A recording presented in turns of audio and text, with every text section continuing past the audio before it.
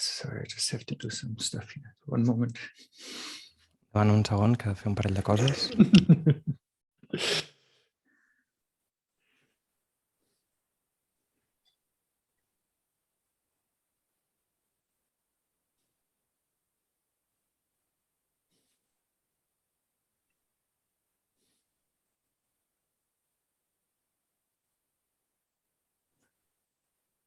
Okay, now it should work.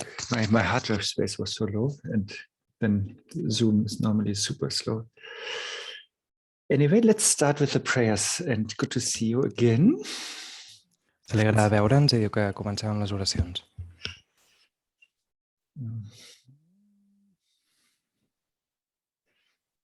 In the Buddha, Dharma, and the Supreme Assembly, I took refuge until I attain enlightenment.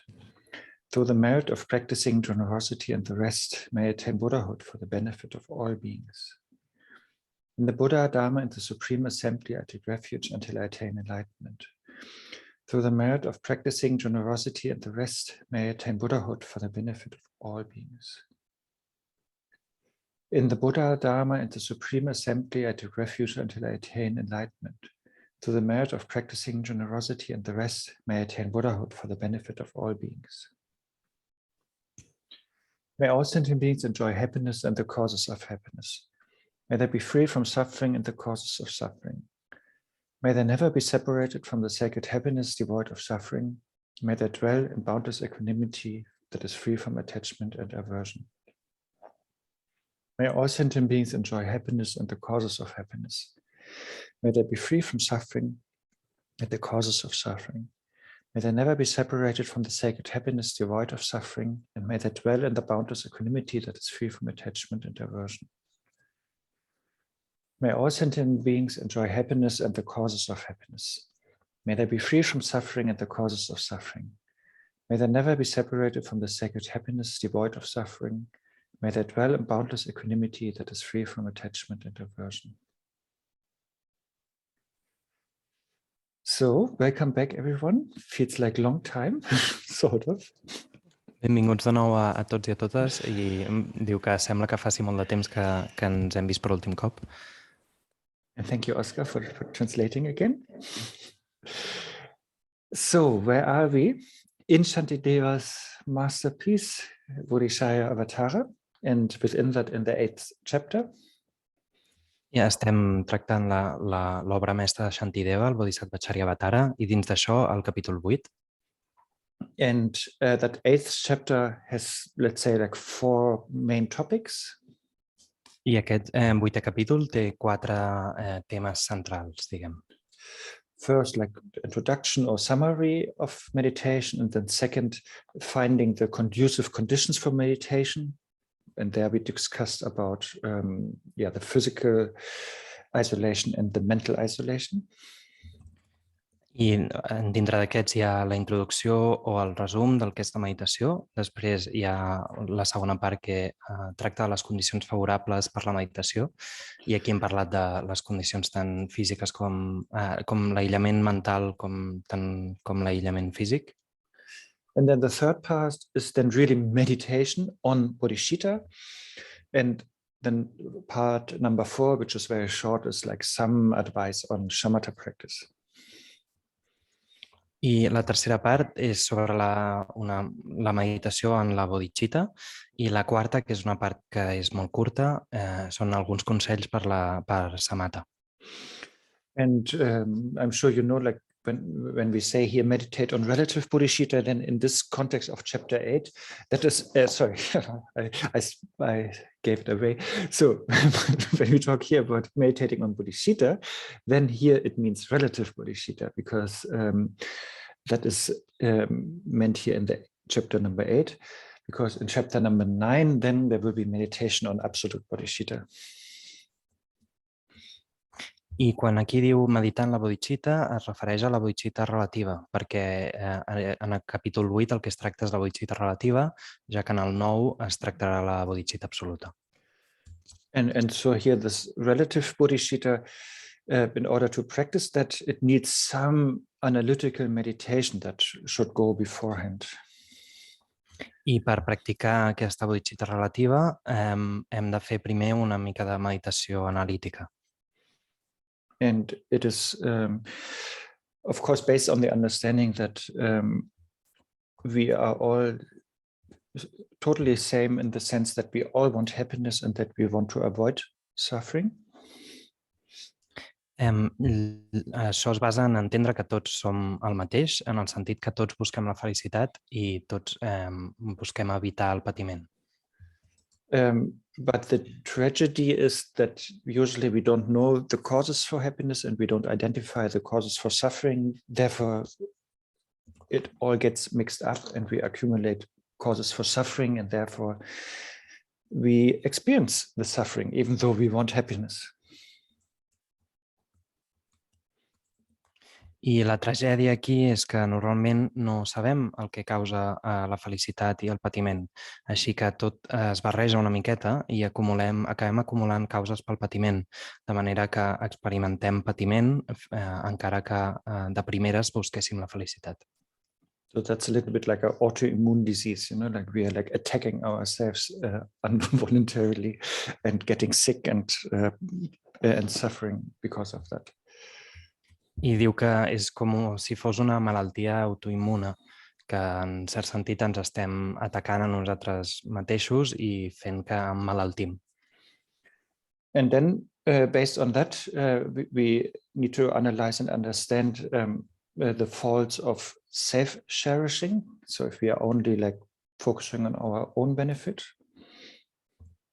I basats en això hem d'analitzar i entendre les faltes de l'aferrament a nosaltres mateixos i sí, entendre les faltes d'això.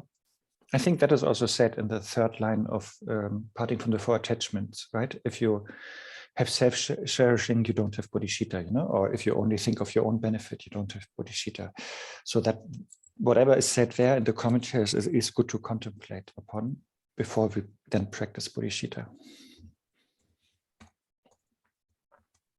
I això diu que també és més o menys el que es diu a la tercera línia del separar-se dels quatre aferraments, on diu que si tenim aquest aferrament a nosaltres mateixos o busquem el nostre propi benefici, no tenim bodhichitta. I el que diu exactament aquí estaria bé com contemplar-ho i és necessari contemplar-ho abans de practicar la bodhichitta. And then, we can then focus, then we should also analyze or understand or contemplate on the opposite, which is like the benefits of cherishing others. I llavors hauríem d'analitzar o contemplar l'oposat, que és els beneficis de buscar el benefici dels altres o cuidar-los. And also it helps, of course, to understand or contemplate on Buddha nature and all the enlightened qualities. And for that, of course, Uttara Tantra Shastra is the best text. I també ajuda a contemplar sobre la naturalesa búdica o les qualitats de la il·luminació i per això l'Uttara Tantra Shastra és un dels millors textos.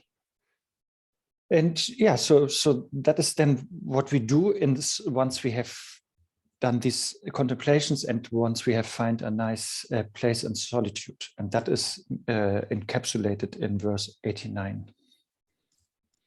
Crec que això és el que fem un cop hem fet aquestes contemplacions i hem trobat un lloc on puguem estar en solitud, que és el que es diu en el vers 89. Where it says, that now that we have contemplated on the greatness of living in solitude, then we should work on overcoming our negative emotions and cultivate bodhichitta. I on diu que ara que hem contemplat sobre les grans qualitats del fet de viure en solitud, és quan hauríem de treballar en superar les emocions negatives i cultivar la bodhichitta. And then how is Shantideva suggesting us how we should practice bodhichitta? Then there are like two main practices, which is equalizing ourselves with others and then also exchanging ourselves with others. Llavors, com suggereix Shantideva que practiquem la bodhichitta, en aquest sentit hi ha dues pràctiques principals. L'una, veure la igualtat entre nosaltres i els altres, i l'altra, intercanviar-nos nosaltres per l'altre. And so we do the first one first, of course, which is like verse 90 to 110. Llavors farem la primera primer, evidentment, que són els versos 90 al 110. And that is equalizing self and others. So that means we really understand what I mentioned earlier, that we all want the same. We all want happiness and we all want to be free from suffering. I aquí el que tractem és aquesta igualtat entre nosaltres i els altres, que es basa en aquest aspecte que ja hem comentat, que és que tots volem el mateix, volem felicitat i volem estar lliures de patiment. And also we are totally same that we all have Buddha nature, so we are so same in so many things, just our obscurations or habits maybe make us different. I, clar, evidentment també tots tenim la naturalesa búdica i, per tant, som extremadament similars en moltes coses. Són només els nostres obscuriments i els hàbits que ens fan diferents. But yeah, basically we are all same because we all want happiness and avoid suffering. And therefore, just as I want to be happy and I want to avoid suffering, I know others want that too. And so therefore I want to protect them from their suffering and I want to bring them into happiness. I de la mateixa manera que sabem que nosaltres volem la felicitat i volem evitar el patiment, també sabem que els altres volen exactament el mateix i, per tant, és natural que els vulguem protegir del patiment i el vulguem portar-los a la felicitat. And we might think that is not possible because I'm here and they are there. And then Shantideva is bringing already some glimpses of the 9th chapter. I podríem pensar que això és possible perquè jo estic aquí i ells estan allà, i aquí és quan Shantideva aporta coses que venen del capítol 9. Like, yeah, that these are just labels, I and others, and they're just labels or designation, but there's no ultimate ground for that separation or differentiation. So that is what I meant, that is from the 9th chapter, like the wisdom of non-duality is a little bit introduced here already. Llavors, en el sentit que tot això són només etiquetes. El jo, altres, són designacions, no són una base última perquè hi hagi una veritable separació o diferenciació. I és en aquest sentit que volia dir que portava una cosa que venia del capítol 9, que és la saviesa de la no dualitat que aquí està operant. Yeah, and like we have learned or acquired the idea that I'm here, that is me, we can sort of also acquire or learn the idea that others are also me, that we are like, that we don't, on a relative level even, that we don't differentiate that too much. I de la mateixa manera que hem après o hem adquirit aquesta idea de que jo estic aquí, o fins i tot la idea mateixa del jo, també podem aprendre que els altres també som nosaltres, que en aquesta realitat relativa realment no hi ha diferència. Yeah, and Shantideva in verse 91 is sort of comparing us and all beings, like showing that we are all interdependent, like maybe different body parts, my hand and my feet, they look very far away, and they look other, but sort of it's one body, Llavors, en el vers 91 ens compara a nosaltres i a tots els éssers, mostrant que som interdependents, que som simplement, és com si fóssim parts del cos, diferents parts del cos, i que una mà i un peu poden estar molt separats, però en realitat són parts del mateix cos. And therefore, he's urging us not to differentiate too much between them and us, or their suffering and our suffering, but just suffering in general, and that needs to be eliminated, of course. I llavors el que ens anima a fer és a no diferenciar gaire entre nosaltres i ells, o el nostre patiment i el seu patiment, sinó en pensar que el patiment en general és allò que ha de ser erradicat, evidentment. So yeah, and therefore, if we see the interdependence of others and ourselves or everyone, then yeah, or if we perceive them as I also, then yeah, we cannot tolerate that they are suffering, and we want to do something against it. I llavors, si veiem realment aquesta interdependència entre els altres i nosaltres mateixos, si els percebem una mica com si fossin nosaltres, llavors no podem tolerar que estiguin patint i, naturalment, volem fer alguna cosa al respecte.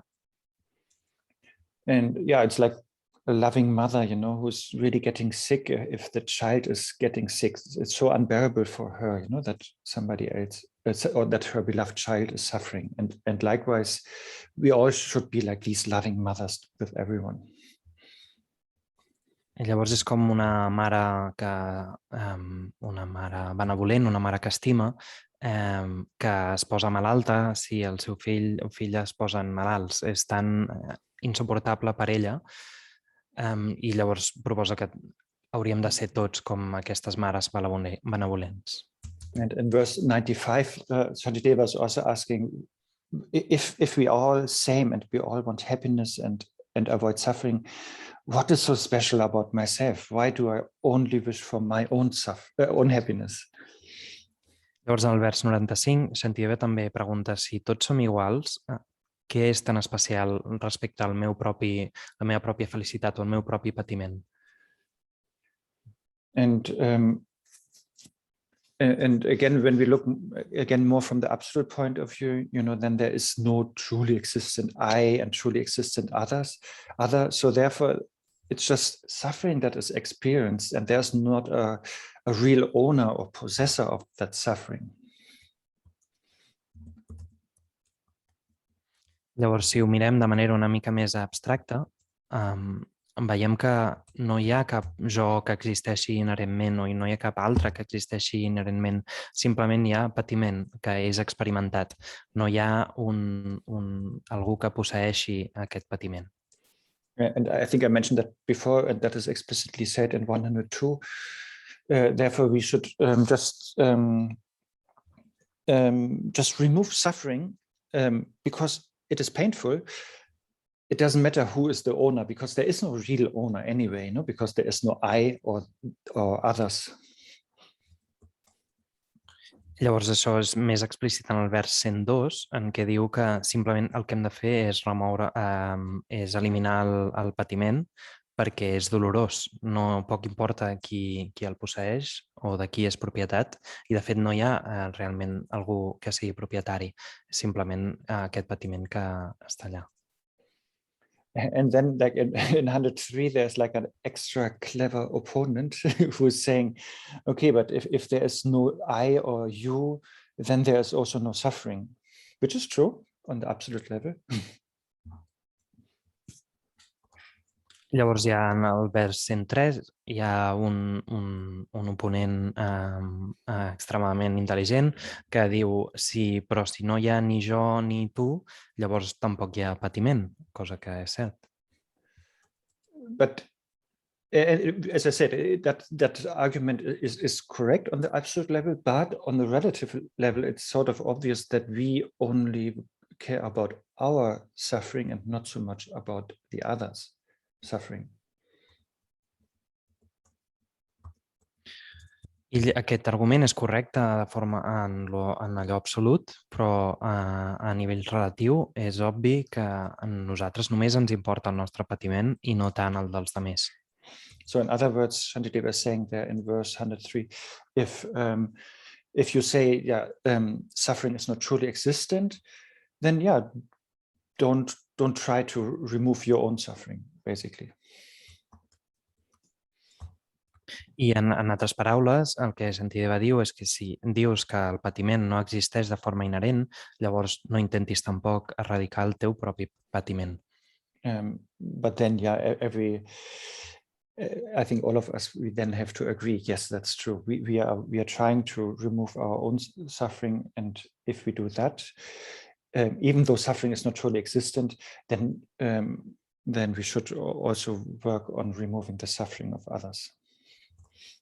I llavors el que hauríem d'estar d'acord és que tots estem intentant erradicar el nostre propi patiment, així que encara que el patiment no tingui existència inherent, sí que té sentit ajudar els altres a que duguin a terme aquesta tasca que eliminin el seu propi patiment. Maybe even though when we are dreaming, it's just a dream, but still a nightmare is sort of a lot of suffering. So even though it is just a dream, it still has an impact on us. I podríem dir de manera similar que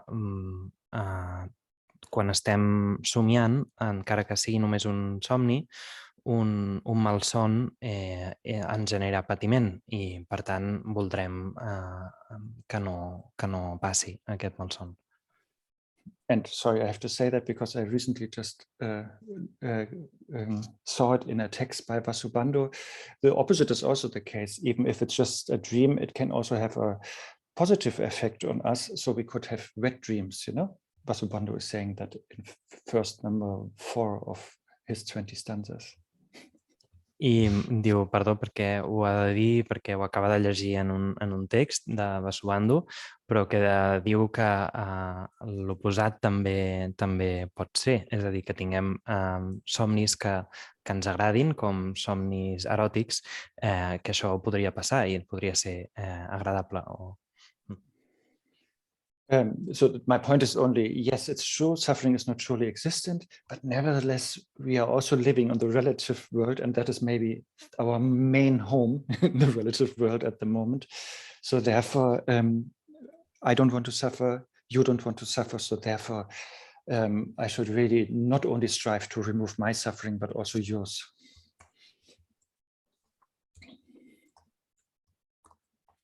Llavors, això el que ens ensenya és que el patiment no té existència inherent, però al mateix temps estem vivint en el món relatiu. Aquest és com la nostra llar de base.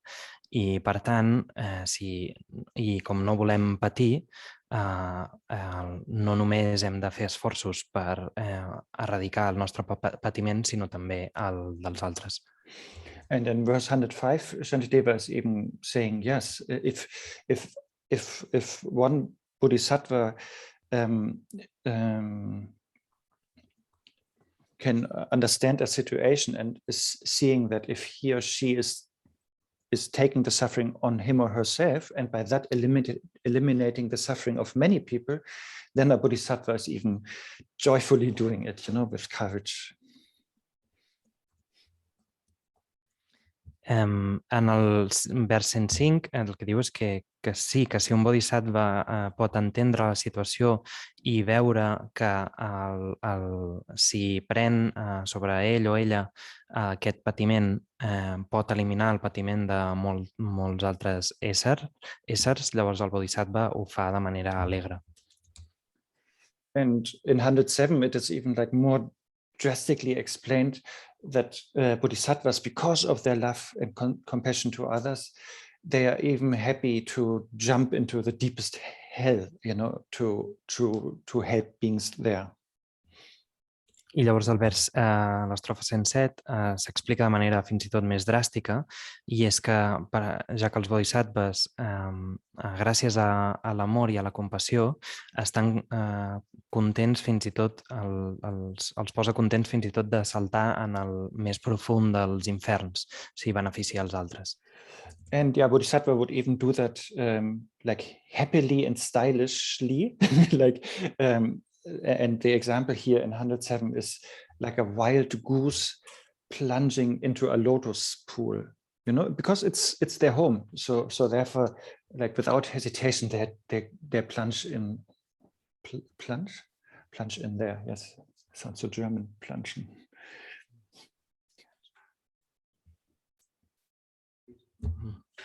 I diu que un bodhisattva faria això de manera contenta i amb estil, fins i tot. I l'exemple aquí és un cigne que entra en un llac de lotus. For Khyentse Rinpoche, that is sort of important, that it's a wild goose, who has some style, when jumping, or when not jumping actually, but like entering a lake, like the Bodhisattvas, with style, they enter the deepest hell to help sentient beings. He thinks the style part is important. It's not like a frog, who's like just jumping there, like clumsily. I per Khyentse Rinpoche és important que sigui un signe, perquè implica que té un cert estil i això troba que és bastant important, que no és només simplement com una granota que salta dins del llac, sinó que és una cosa realment estilosa. But I think that is a whole other teaching why I think for him that is important. But he always describes bodhisattvas that their conduct is the union of elegance and outrageousness, sort of. And I think here the elegance for him is important in this context. I això, clar, és tota una ensenyança en si, però ell sovint descriu bodhisattvas per qui les qualitats més importants són l'estil, un estil, i aquesta intolerància, diguem, cap al patiment. And then 110 is the summary of this equalizing oneself and others. I el vers 110 és el resum d'aquesta pràctica d'igualar-se entre un mateix i els altres. So it says here, therefore, just as I protect myself from unpleasant things, however small. I diu aquí, de la mateixa manera que em protegeixo a mi mateix d'altres coses, siguin el petites que siguin. Yeah, in the same way I should act towards others with a compassionate and caring mind. De la mateixa manera hauria d'actuar envers els altres amb una ment compassiva i plena de cura i curosa. By the way, I'm using Stephen Batchelor's translation, which I think is the most simple and easiest one, even though I'm not his fan in terms of his view, but I'm his fan in terms of his translation. I diu que està utilitzant la traducció de Stephen Batchelor, que diu que és la més, que ell troba que és la més senzilla i fàcil, i encara que no sigui un fan de la seva visió, sí que és un fan de la seva traducció. Yeah, that would be it regarding equalizing self and others, so that we just perceive suffering. It doesn't matter if it's in me or others, and we just want to get rid of it. I això seria la base respecte a l'igualar-se entre un mateix i els altres. És simplement que percebem el patiment i volem desfer-nos-en. And yeah, because we know that there's no ownership anyway of the suffering, so it doesn't matter who is suffering. It's just not right, sort of. It has to be eliminated. Precisament perquè entenem que no hi ha propietat del patiment, que no importa qui és qui pateix, sinó que simplement ha de ser eliminat, erradicat. And then we come to a big part of this 8th chapter. This is verse 111 to 184, and that is the exchange of self and other, 111 until 184. I ara arribem a una part molt important d'aquest capítol, que són dels versos 111 al 184, i és l'intercanvi entre un mateix i els altres. And yeah, we might wonder if that is really possible, that we can consider others as oneself, because we are so moody, or because they have another body, that is not our body. And so how could that be possible? Llavors, el que ens preguntem potser és com pot ser que considerem, com podríem ser capaços de considerar els altres com nosaltres mateixos, perquè tenen tot un món emocional diferent, tenen un cos diferent, com podria ser? And then sort of Shantideva's anatomic inclination shines through again. He is saying, like, look, you were born from another body, like the ovum and the sperm is totally from another body, but you manage to identify yourself with it, at some point. Llavors, el Shantideva, la inclinació anatòmica de Shantideva torna a sorgir a la superfície i aquí fa l'argument que nosaltres mateixos vam néixer sent un altre cos, vam néixer d'un òvul i un esperma i finalment hem aconseguit d'alguna manera identificar-nos amb aquest cos que tenim ara. Yeah, so we sort of managed that, that some cells of other people, we really owned it, like at some point we really think, oh, that is me. So therefore, why can't we do it now? Also through familiarization, we can also do it now with the body of others. I llavors diu, si hem estat capaços de fer això, és a dir, que a través de, començant amb les cèl·lules d'altra gent, hem estat capaços de realment considerar-nos com propietaris d'aquest cos i realment pensem que som nosaltres, per què no podem fer-ho ara amb els cossos dels altres? Yeah, and then he starts to explain like the general understanding of or way how we practice exchanging self and others. I llavors comença a explicar la comprensió una mica més general de com hem de practicar la manera d'intercanviar-nos nosaltres mateixos i els altres. And I think in English it is said, we put ourselves in the shoes of the other person, so that is, I think, a good expression for empathy, I el que es diu en anglès és que ens posem a les sabates de l'altre i diu que això potser és una bona manera d'entendre l'empatia. In German, we even say we put ourselves in the skin of somebody else. I don't know what you say in Catalan, but yeah, that is, I think, the same. Like really trying to see everything from his or her perspective and feeling what he or she is feeling.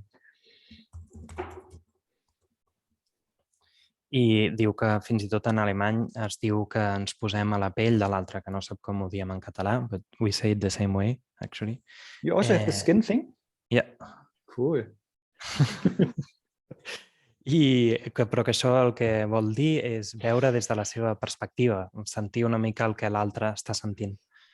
And this, of course, we learned that from the chapter 7. We do that with enthusiasm and joy, and we don't do that with arrogance or with any expectations. I això ho hem après del capítol 7. Fem això amb entusiasme i de manera joiosa, no amb arrogància ni amb expectatives. Like that is, I'm referring to 116. So it's not like that we are self-congratulating ourselves, that, oh yes, I'm doing great things for others, I'm super empathetic and so on, so we should not feel superior if we help others, but we should be free of that, but full of joy. I això ho veiem al vers 116, en què diem que no ens estem felicitant a nosaltres mateixos, no hem de pensar que estem fent grans coses pels altres, que estem sent extremadament empàtics i demés. No hem de sentir-nos superiors, sinó que simplement fer aquest intercanvi plens de manera contenta, de manera joiosa. And yeah, his example is like when we eat, and feed ourselves, we should not make a too big kind of deal out of it, and expect any reward or medal for that, or congratulation or applause, it's just a natural thing to do. Likewise, we should help others, like in that natural way, or be empathetic with others in this natural way. Llavors diu que quan mengem, quan ens estem alimentant, no hauríem de fer un gran què d'això, no hauríem d'estar esperant cap tipus de recompensa, cap tipus de felicitació o aplaudiment, simplement és un fet que és natural i ho fem així. I és de la mateixa manera que ho hauríem de fer amb aquest intercanvi amb els altres. And of course, maybe in psychiatry or in kindergarten, it's different. Then sometimes it's a celebration, if the patient or the kid is eating. But I think we normally, when we eat, it's not a big deal, So let's so keep it as natural as that. That is what Shantideva is saying. I potser en un psiquiàtric o en un parvulari és diferent i sí que celebrem quan algú menja, però nosaltres potser no cal que ho celebrem i està bé mantenir-ho així. Llavors, Shantideva diu que ho hauríem de mantenir de la mateixa manera com una cosa extremadament natural. I guess his idea here is like one just eats because one is hungry, and as a bodhisattva, one just lives because other people need help, that kind of thing. So it's a very natural thing for him, we just live to help others, that's it.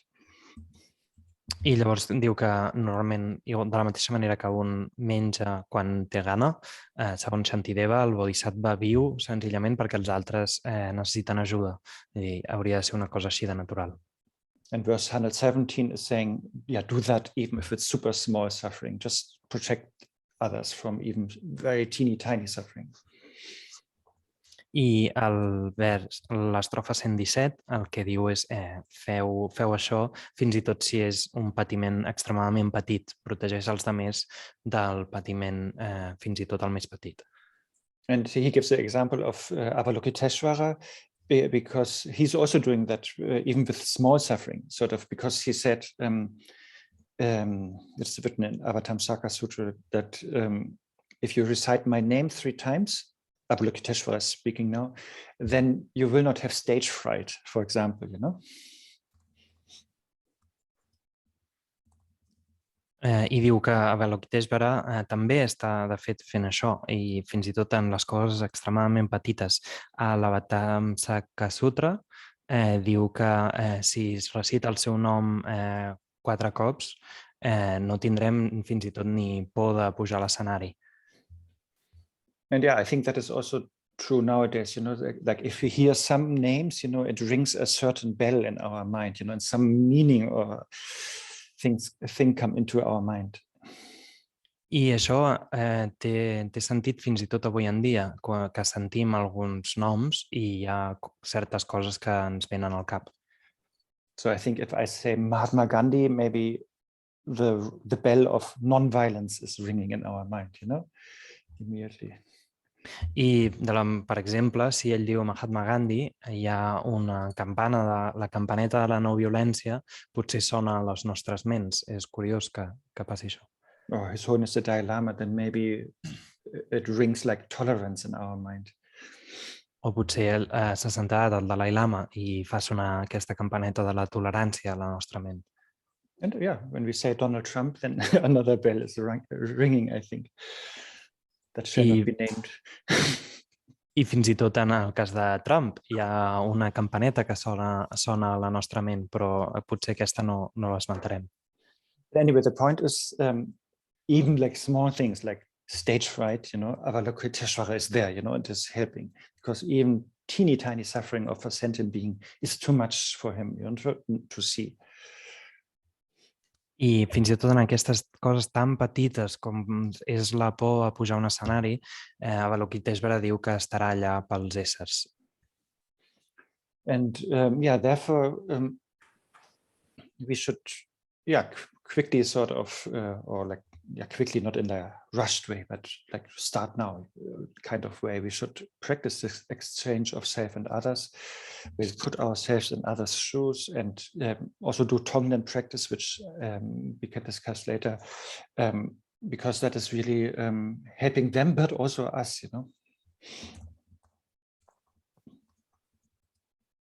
I, per tant, hauríem de practicar ràpidament aquest intercanvi entre nosaltres i els altres i posar-nos en la pell de l'altre o fer Tonglen, perquè realment això vol dir que els estarem ajudant no només a ells, sinó que també ens estarem ajudant a nosaltres.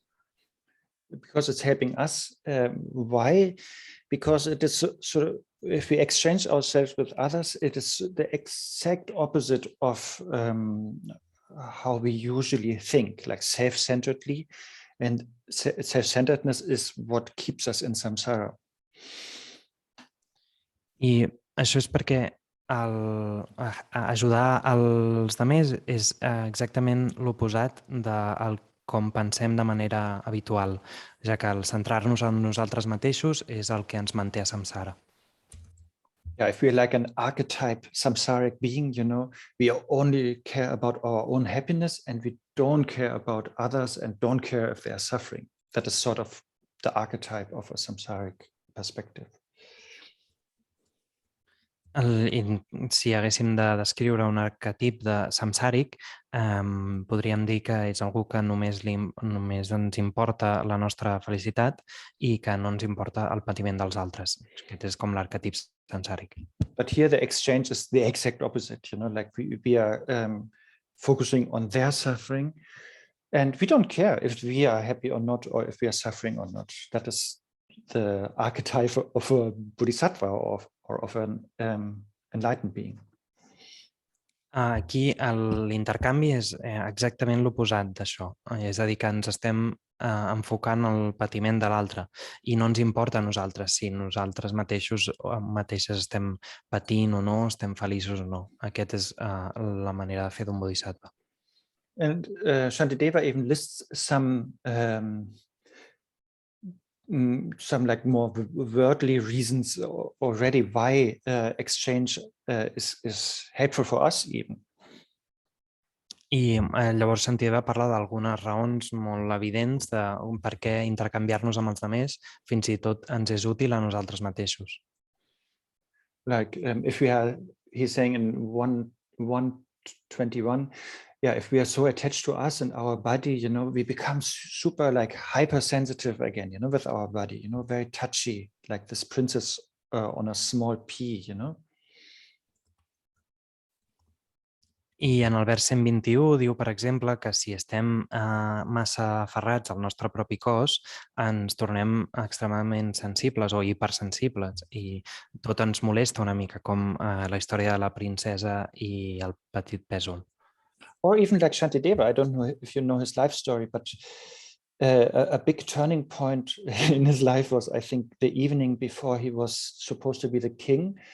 His mother put in a warm bath for him and the water was too hot. And so he was suffering from that. He was too sensitive, too touchy, that the water was too hot. I fins i tot com a Shantideva, com un moment molt important en la seva vida, when he was about to be... What? He was about to be crowned as the king next day. Okay. Estava a punt de ser coronat com a rei el dia següent i la seva mare li va oferir un bany i quan anava a banyar-se va veure que l'aigua estava molt calenta i el va molestar enormement que aquella aigua estigués tan cremant. And then his mother saw him suffering with this too hot water sort of, and then she said, okay, if you can't be a king, if you can't even endure that heat, and that inspired him a lot, and he thought and dreamt about a lot of things over that night, and then he left and didn't become a king. I llavors la seva mare, quan el va veure patir amb aquesta aigua que estava massa calenta, va dir, llavors segur que no pots ser rei, perquè si no pots aguantar aquesta escalfor, llavors no seràs capaç de ser rei. I això va inspirar Shantideva moltíssim. Aquella mateixa nit va pensar molt, va somiar molt i el dia següent va marxar i no va esdevenir rei. Yeah, maybe his mother was a great bodhisattva, so she did it on purpose, to teach him that, because it really changed his whole career, basically.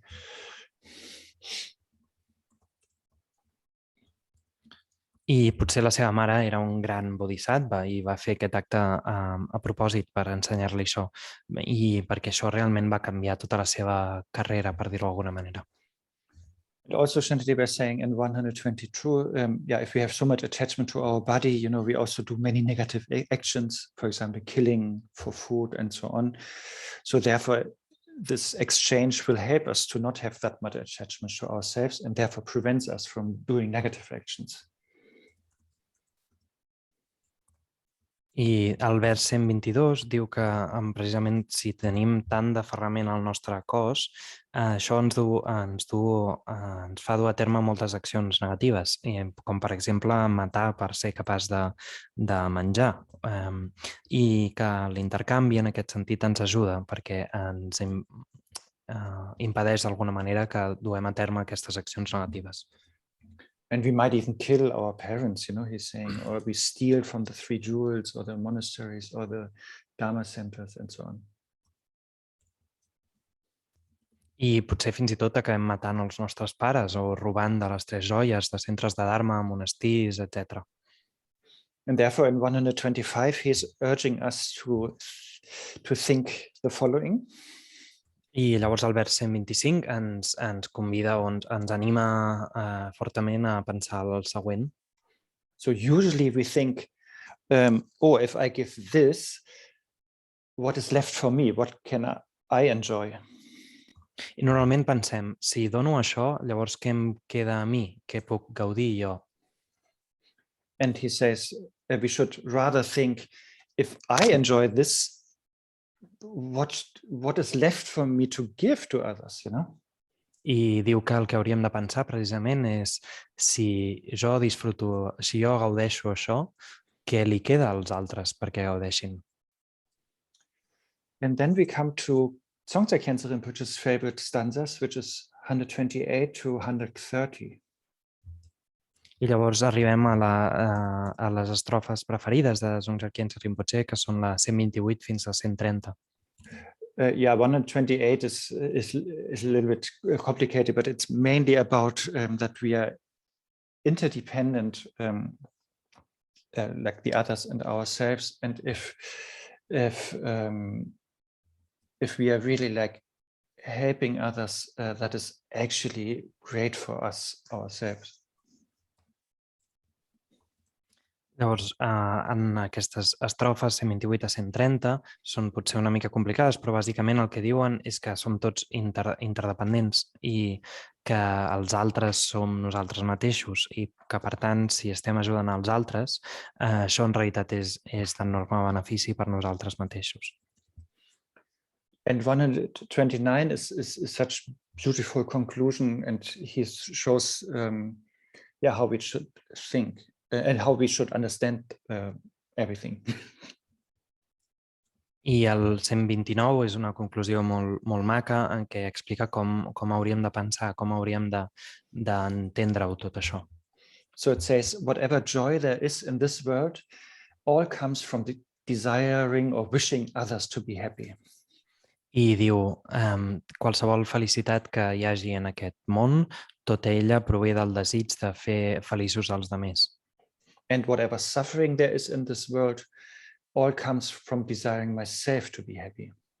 I qualsevol patiment que hi ha al món, tot ell sorgeix del desig de fer-nos feliços a nosaltres mateixos.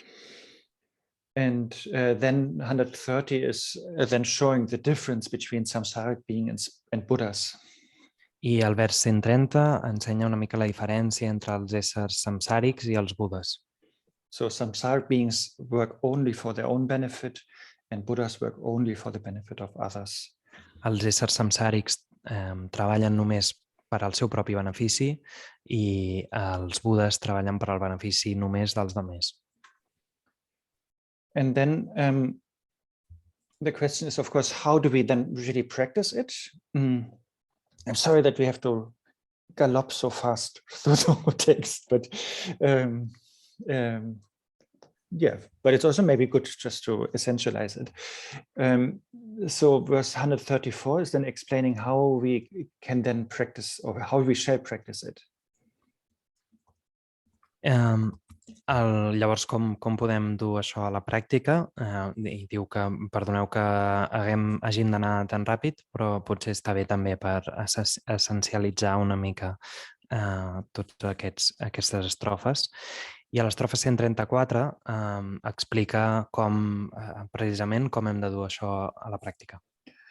There he's basically contemplating in 134, he's contemplating on what was said earlier.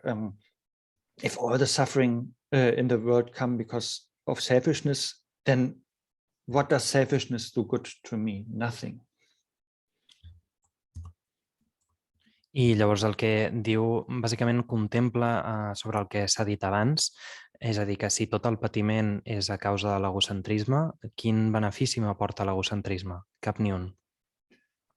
And 138 is saying that, we should do nothing for our own benefit.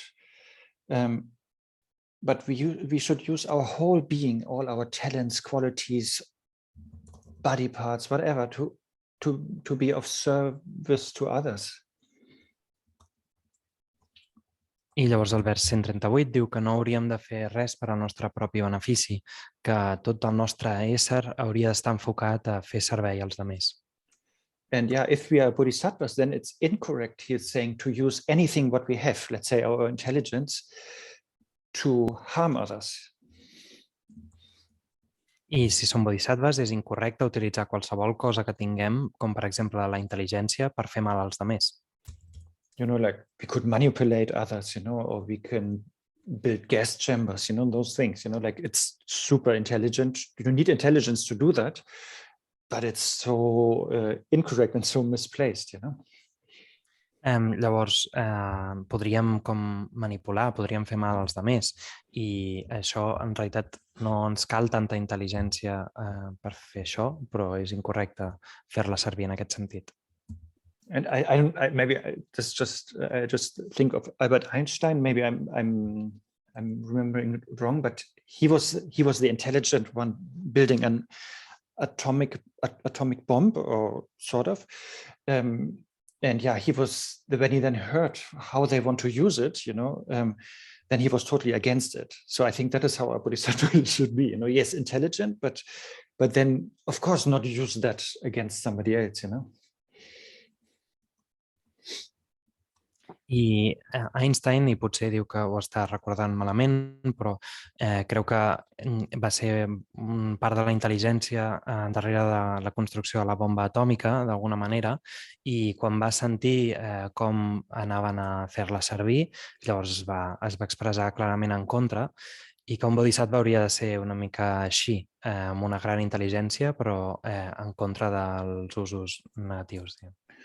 And 139 is also expressing the same thing. So whatever we have, whatever talent, body parts, or whatever we do, we should always do it in the motivation and in this framework that this is helpful for others. Even if we eat, every bite we eat, we do it so that we can live longer, basically, and therefore we have more chance to help others. I el 139 és el mateix, que sigui el que sigui que tinguem, sempre hauríem de fer el que fem dins del marc d'aquesta manera de pensar en què volem ser de benefici per als altres. Cada queixalada que fem, cada cosa que mengem, hauríem de fer-ho per viure més, per ser capaços d'ajudar més als altres durant més temps. And then there's one long section, 15 verses, 15 verses from 140 onwards. And there are some specific antidotes. But so far, that was like a general understanding of the exchange. And now there are like some specific understanding of the exchange is explained. I ara ve una secció una mica llarga, que són uns 15 versos, des del 140 endavant, amb els antídots específics. Fins ara ha fet una explicació general d'aquest intercanvi entre un mateix i els altres, i ara entren en les parts més específiques. And so that is easy to understand, but it's basically we are really putting ourselves in the shoes of others, and then looking at us, at our original us. I això és relativament fàcil d'entendre. Ens estem posant a la pell de l'altre i llavors mirant-nos a nosaltres mateixos des d'allà.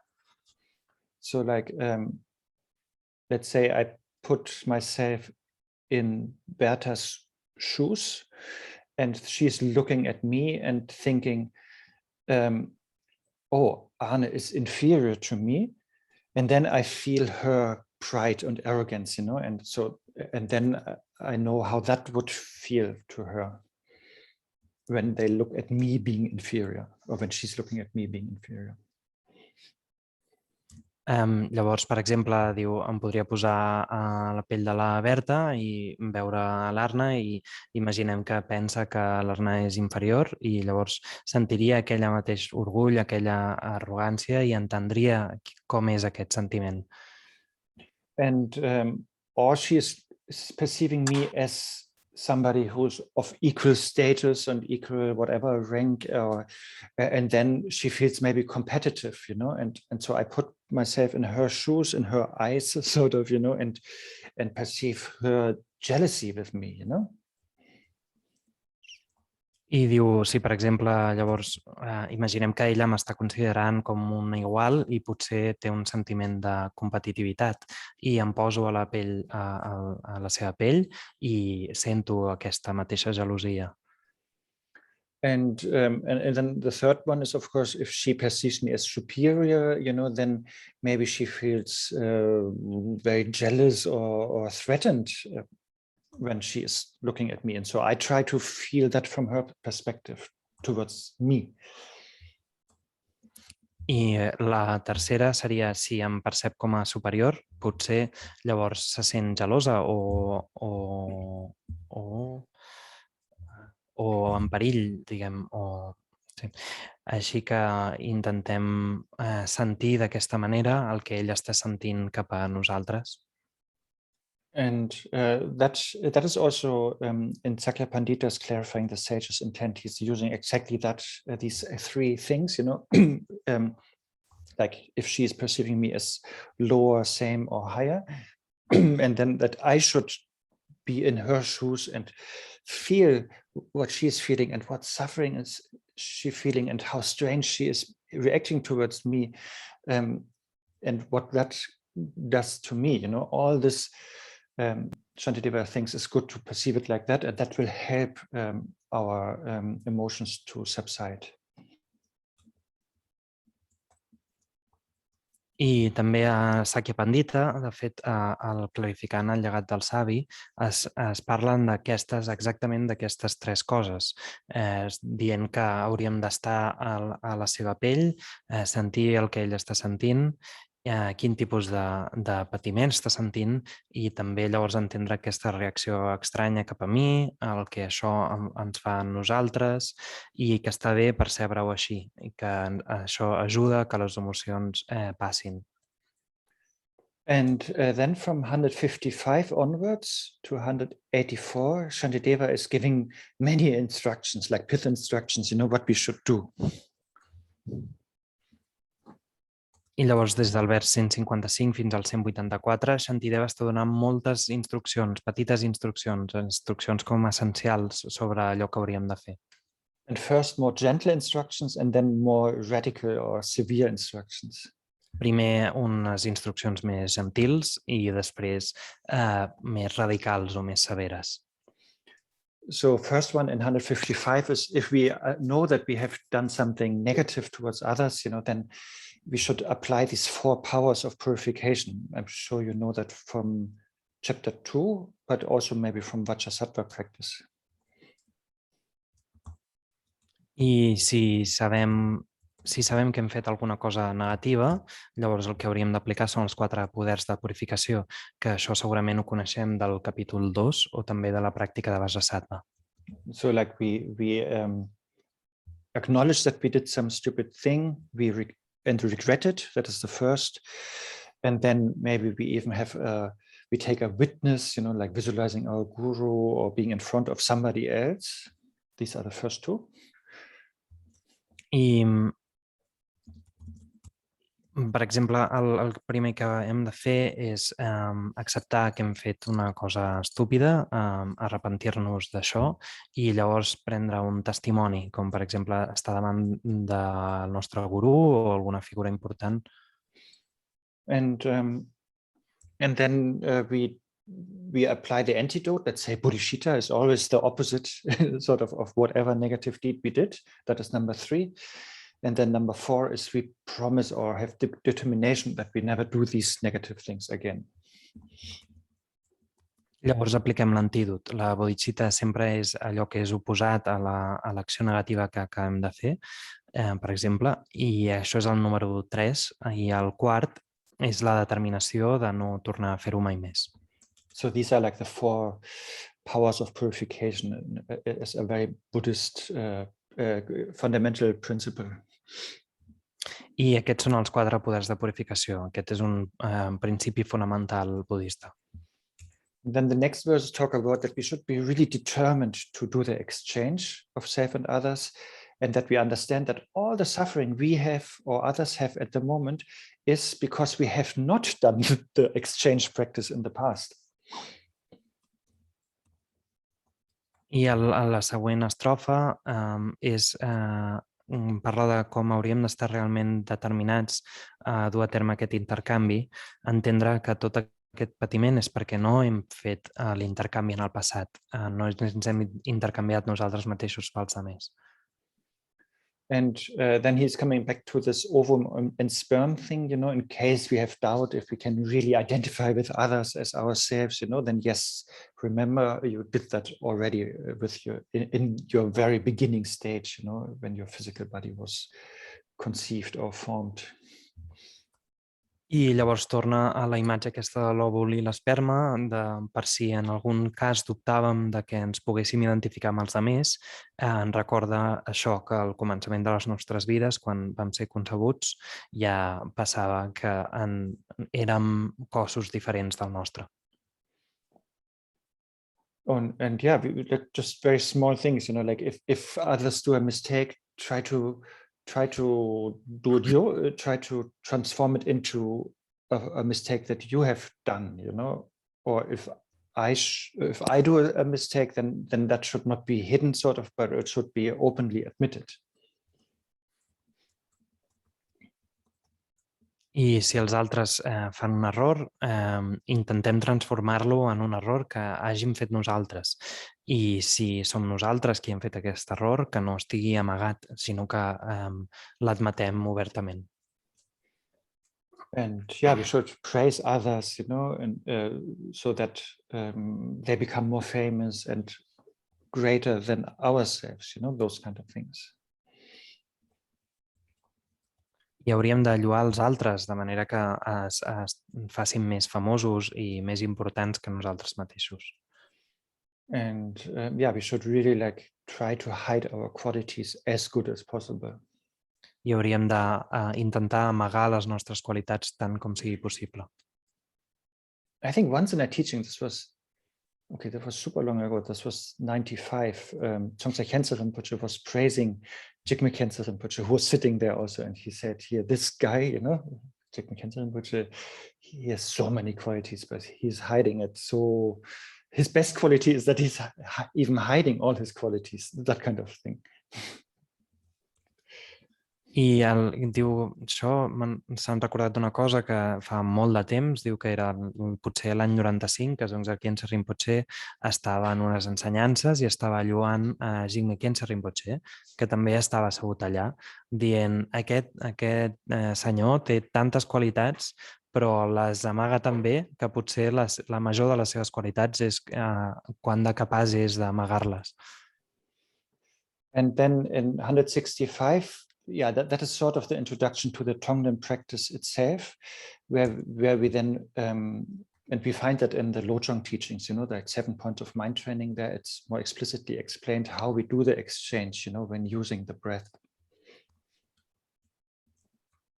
I això és una introducció al propi Tonglen que trobem de manera més clara en les ensenyances del Lojong, per exemple, els 7 punts de l'entrenament mental, de com duem a terme aquesta pràctica a través de la respiració.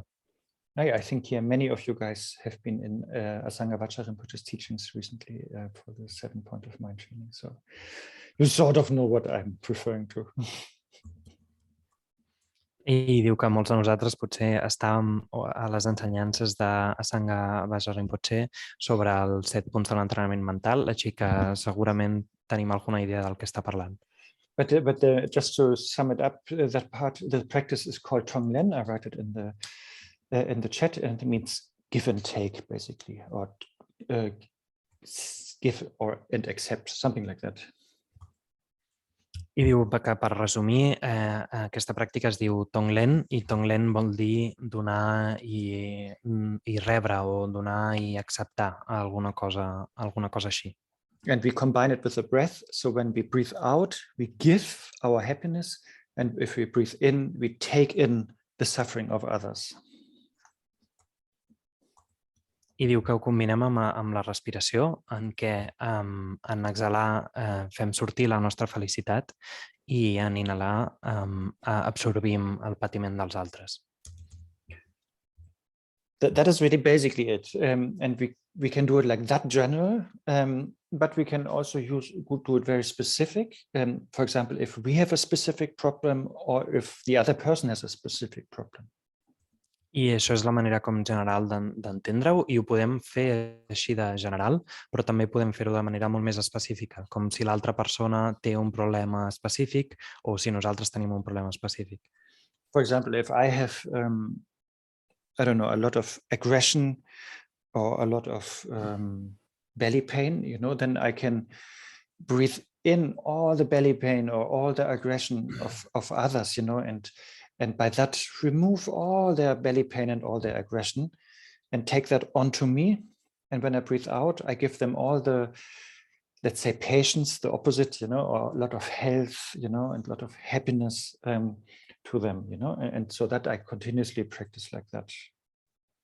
I diu que, per exemple, si estem plens d'agressivitat o tenim com un mal de panxa molt, molt intens, el que podem fer és pensar en l'agressivitat i el mal de panxa de tots els éssers i absorbir-los cap a nosaltres, intentar portar cap a nosaltres tot el mal de panxa i l'agressivitat de tots els éssers i en exhalar donar-los tota la paciència, la bona salut i la felicitat que puguem als altres.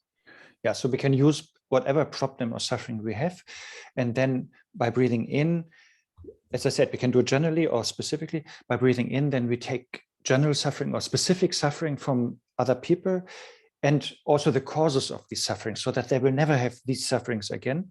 And then instead we breathe out all the happiness and joy and so on. I això ho podem utilitzar per qualsevol tipus de problema o patiment que tinguem, inhalant agafem tot el patiment general o específic dels altres i també les causes d'aquest patiment, de manera que mai tornin a tenir aquestes causes i exhalem la nostra felicitat. And we can also use it if we see that the other person has a specific problem. And I really like from personal experience that really works, like if you're next to somebody who's dying, and who's very agitated and afraid, you can breathe in their agitation and fear and panic, and breathe out the opposite, like happiness, calmness, easiness, relaxation, courage. I això ho podem utilitzar també en casos molt específics. Ell diu que la seva experiència ha vist que realment això funciona. Si esteu al costat d'una persona que s'està morint, per exemple, el que podem fer és inhalar tota la seva agitació, la por, el pànic i exhalar el contrari, la calma, la tranquil·litat, el coratge, la felicitat. Another personal experience that I thought worked so well. I once had a semi-boss who was really so negative to me and angry and manipulative and so on. And then I did it too with her. And the Tonglen I did with and it worked. It also really changed her. That I was breathing in all the negativity and aggression she had. And insecurity, I guess. And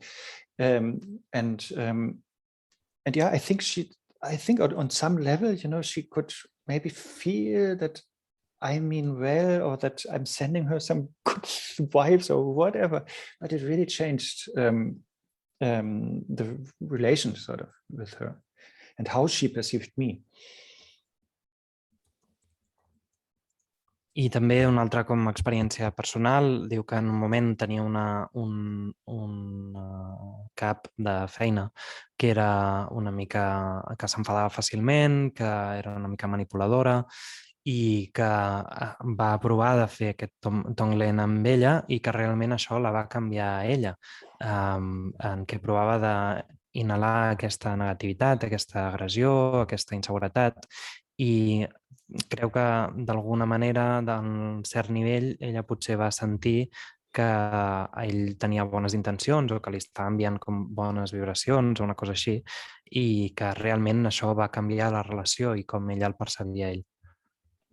And we should, and as I said, that is a mind training practice. So because it really helps us, because we are learning to accept suffering and difficulties, and we are happily taking it onto ourselves, at least mentally, from others. And we are letting go of our happiness and causes of happiness. So that's such a good mind training, because as I said, it goes directly against our usual way of perceiving others. I això és una pràctica d'entrenament mental que realment ens ajuda a acceptar el patiment i les dificultats, perquè el que fem és portar-ho de manera joiosa a nosaltres mateixos. Deixem anar la felicitat i les causes de la felicitat i donem la felicitat i les causes de la felicitat. I això va directament en contra de la manera habitual que tenim de percebre els altres. Okay, and then the more radical advice here by Shantideva, how to train our mind, or especially how to exchange ourselves with others, is then from the next verses onwards, which is like 116:8, I think, onwards. I després els consells com més típics respecte a com intercanviar-nos nosaltres i els altres és a partir del vers 168 cap endavant. And so there, a point is always we have to practice like chapter 4 and 5. We have to be mindful, vigilant, alert. Very aware of what is happening in our body and mind and speech. And then whenever we see some problem, and there are then different problems explained, we should react immediately. That is always important, like this being fast, before they get big.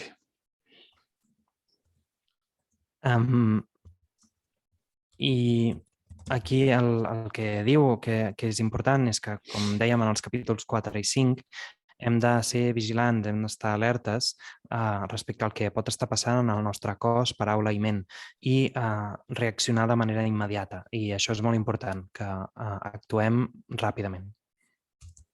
So whenever we see like a tiny selfish arrogance, we should destroy it immediately, for example. I quan veiem com qualsevol petita arrogància, hauríem de destruir-la immediatament. Or 170, whenever we see any selfish thought at all, just immediately cut that thought, don't nourish it, just don't go there. I al vers 170, quan veiem qualsevol tipus de pensament egoista, l'hauríem de tallar immediatament, no l'hem d'alimentar, hem de tallar-lo i hem d'anar directes a fer això. And the same is actually said in 172, that we understand, selfishness creates suffering, so therefore, yes, immediately destroy it whenever we see a teeny tiny selfish thought coming up. Like we can destroy it, or we can just focus on something else, like bodhichitta or Avalokiteshvara mantra or whatever. I quan entenem el vers 172 parla de com quan entenem que l'egoisme és el que ens porta al patiment, hem de veure que qualsevol tipus de petit pensament egoista que tinguem haurem de destruir-lo immediatament. I això en realitat podem anar a destruir-lo o simplement pensar en enfocar-nos en alguna altra cosa, com la bodhichitta o el mantra de Avalokiteshvara. And then in 174, Shantideva is asking us not to be overly obsessed with our body. Don't have too much attachment. We also talked about that today already. Because it makes it hypersensitive again. We cannot bear the slightest suffering even.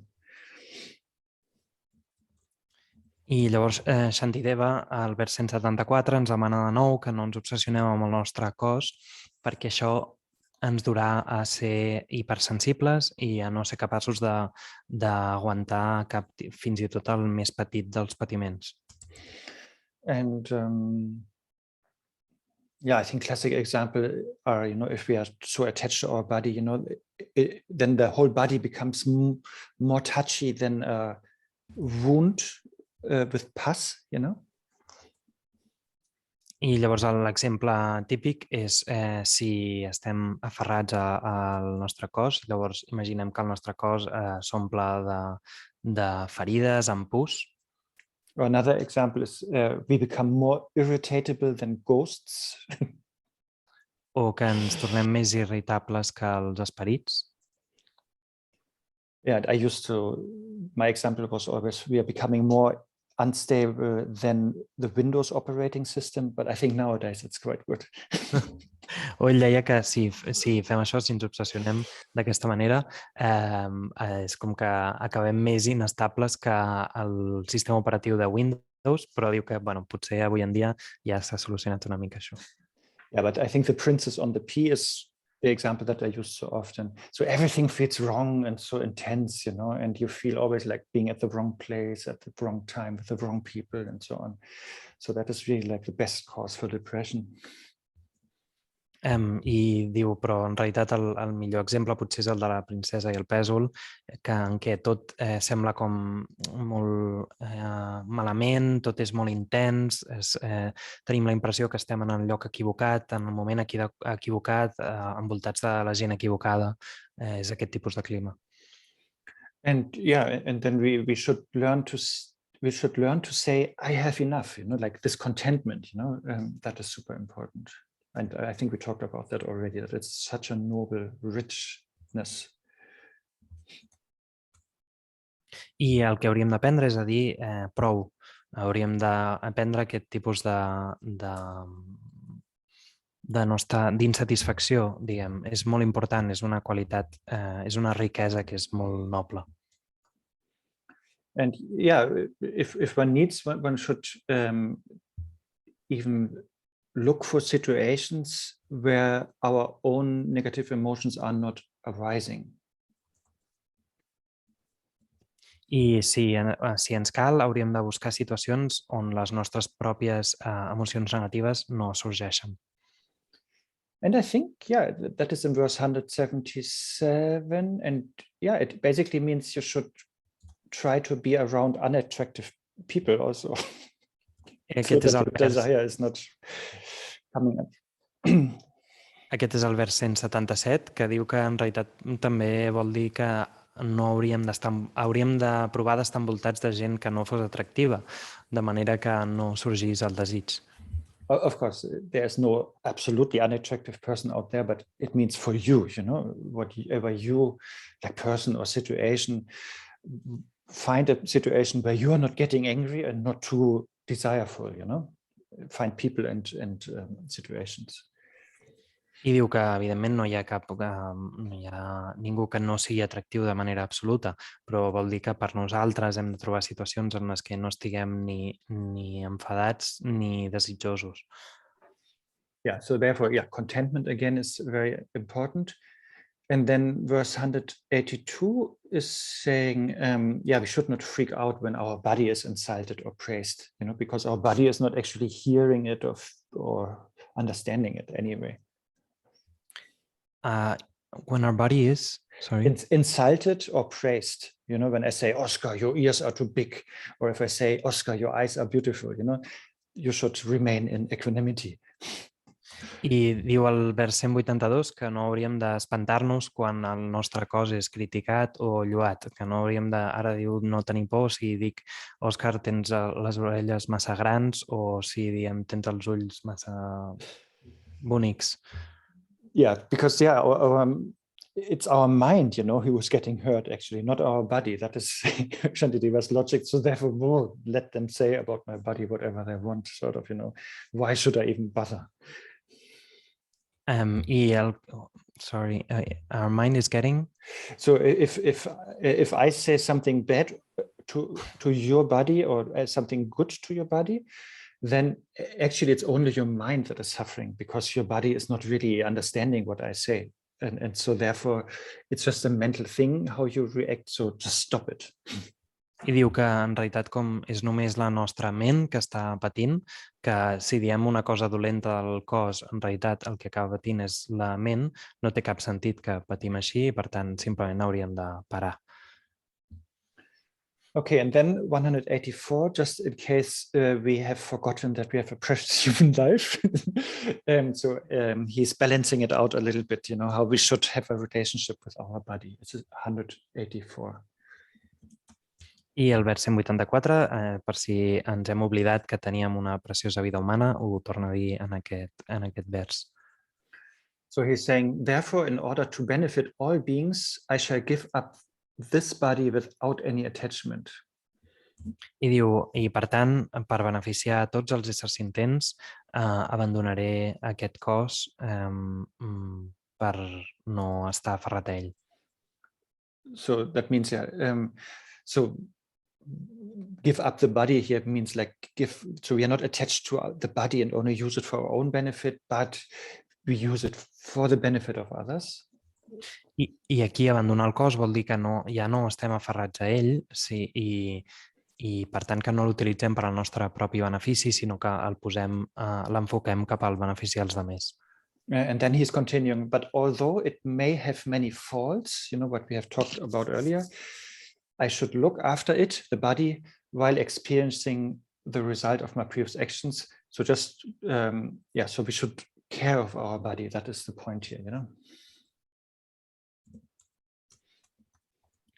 I diu que fins i tot si el cos té moltes faltes, sí que l'hauríem de cuidar mentre experimentem els resultats de les nostres accions passades, hauríem de cuidar el nostre cos. So, and here then, all this organic food, yoga and whatever keeps our health intact, it prolongs our life is super important, of course. I diu aquí potser té a veure tot el menjar ecològic, el ioga, el que sigui que ens mantingui la nostra salut intacta i allargui la nostra vida és molt important, evidentment. And also Ayadeva in the 400 stanzas is talking about the body. I també Aryadeva en les 400 estrofes parla del cos. So he says, yes, it is an enemy if you're attached to it, you know, because then it brings a lot of suffering. But nevertheless, you have to look after it, you know. I diu que sí, que és un enemic si estem aferrats a ell, però perquè ens comporta molt de patiment, però de totes maneres l'hem de cuidar.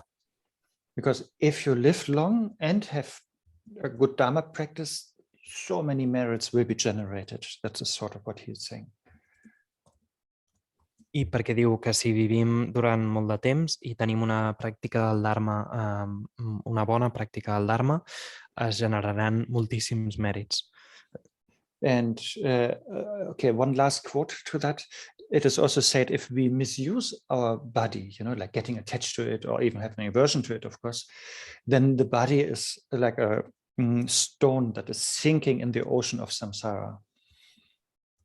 I diu una última citació, si maltractem el nostre cos, aferrant-nos a ell o sentint aversió cap a ell, el nostre cos serà com una pedra que fa que ens enfonsem a l'oceà de samsara. But he says, if we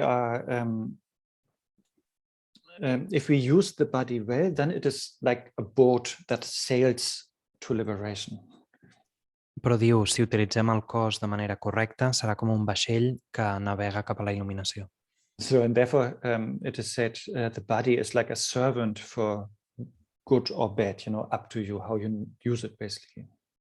I per això es diu que el cos és com un servent, depèn de nosaltres si l'utilitzem cap a fins positius o negatius. And then that's sort of it about the third part of practicing bodhicitta, meditation on relative bodhicitta. That is sort of the main part of chapter 8. And then there, like the fourth part is suggesting to practice shamatha.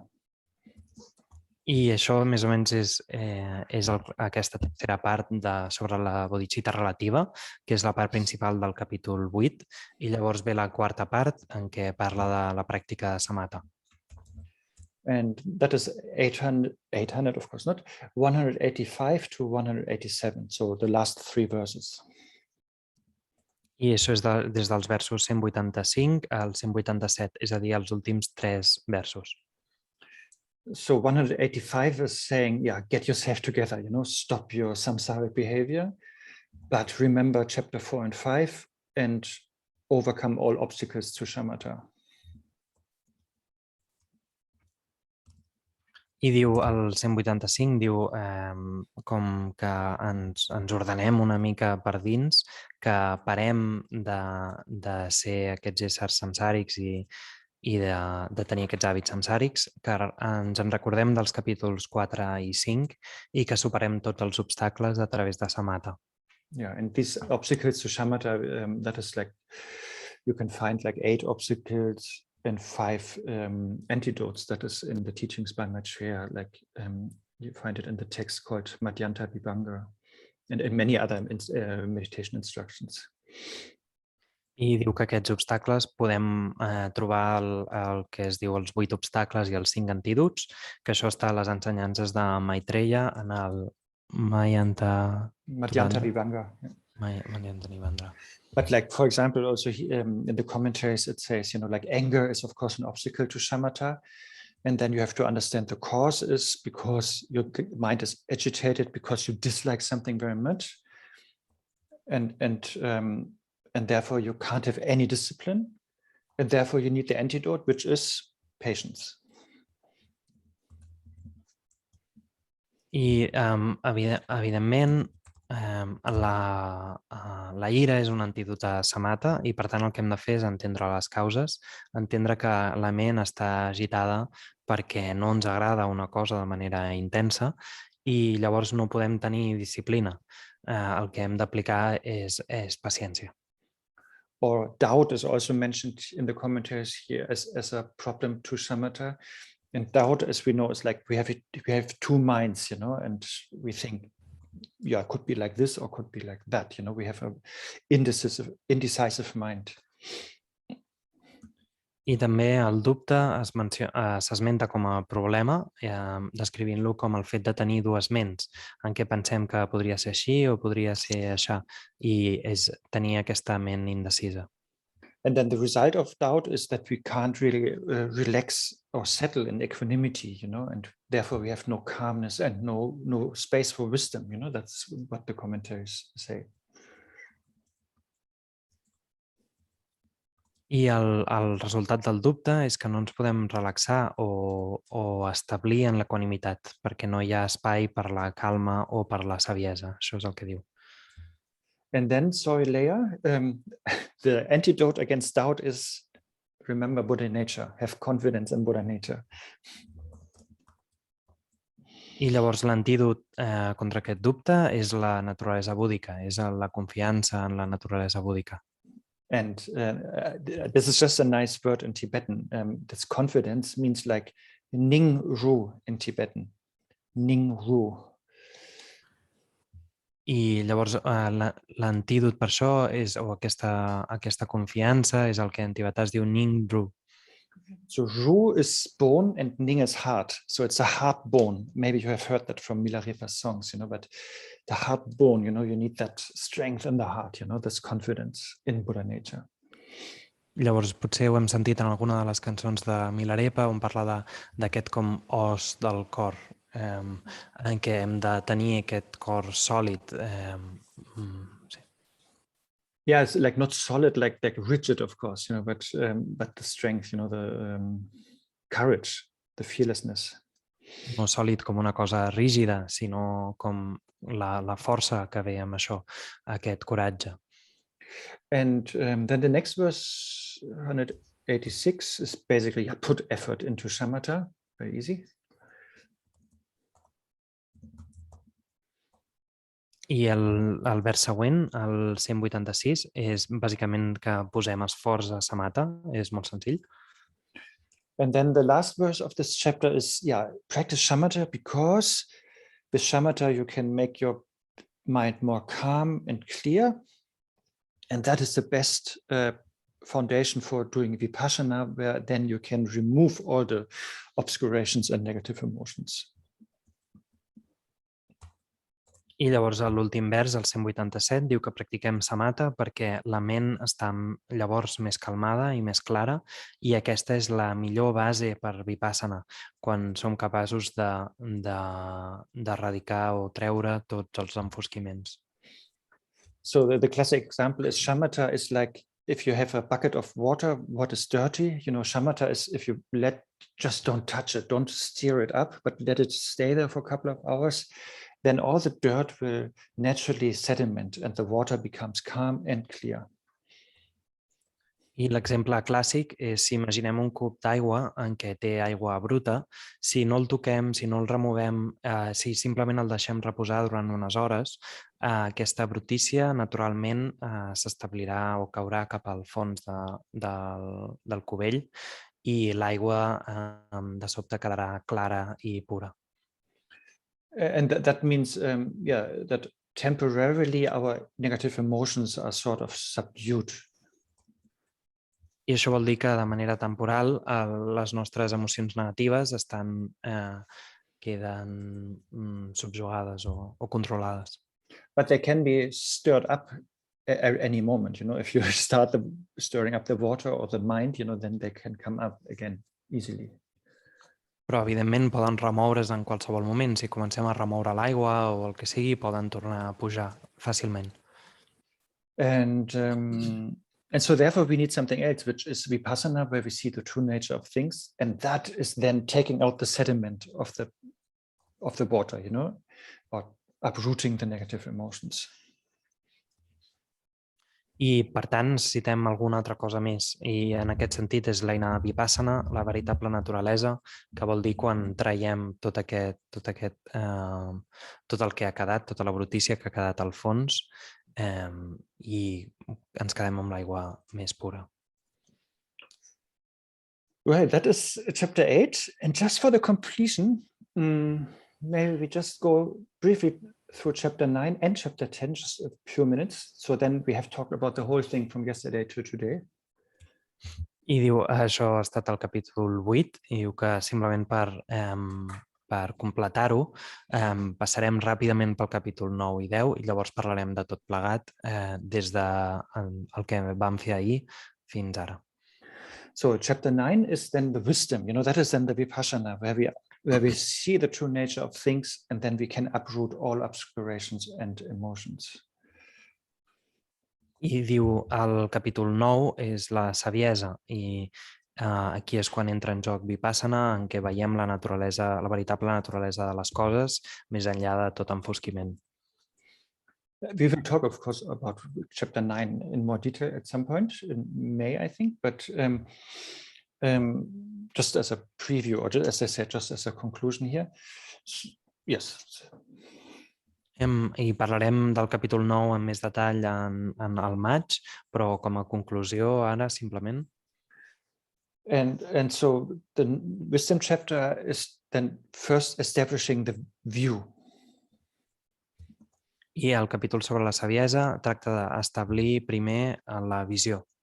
And there the two truths are introduced, relative and absolute. Objections to these two truths are refuted. And by that, the Mahayana version of the two truths is established.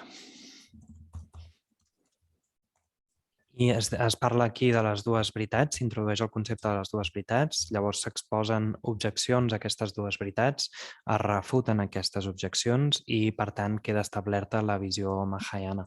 So by that, the wisdom is established through the view. I així la saviesa queda establerta a través de la visió. And then the wisdom will be experienced through the meditation, and that is meditation on the two types of selflessness. I llavors aquesta saviesa serà experimentada a través de la meditació. I aquesta és la meditació en els dos tipus de manca de jo inherent. That means like selflessness of person and then selflessness of phenomena.